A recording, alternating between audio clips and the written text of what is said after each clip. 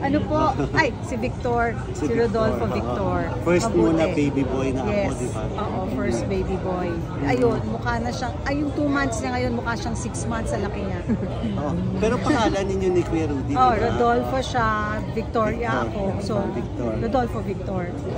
Oo, yun talaga na. Yun na talaga, Decision kasi ninyo. ang desisyon ng mag-asawa, sabi nila, kapag lalaki sa side ng sa side ni Renz, kapag babae sa side ni Jeff.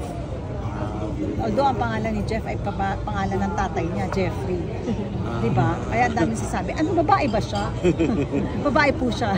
Kumusta po feeling ng lola? For the 3rd time, I'm so happy na I'm so happy sa mga apo ko. Talagang lahat sila gifted. Si Tori is 13 now. And nanalo yung choir nila. May competition sa Spain sa April.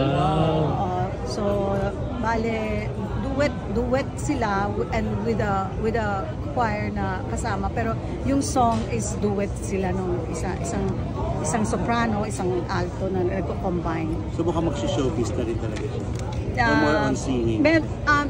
Nakakontrata po siya sa Star Magic. Under Direct Lauren Jogi. So ano muna? Pero hindi pa po muna siya workshop.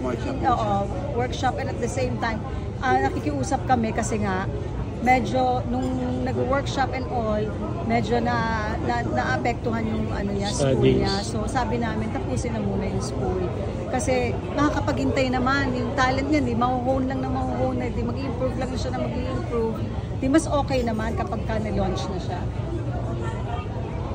So ano ka na?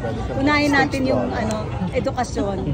Kasi mahirap na... Stage lola ka daw po. Opo, stage lola. Ay naku, sana nga. Kapatay ka rin sa shooting. Ay, gusto ko rin yun. Later on, gusto ko rin yung role na yun.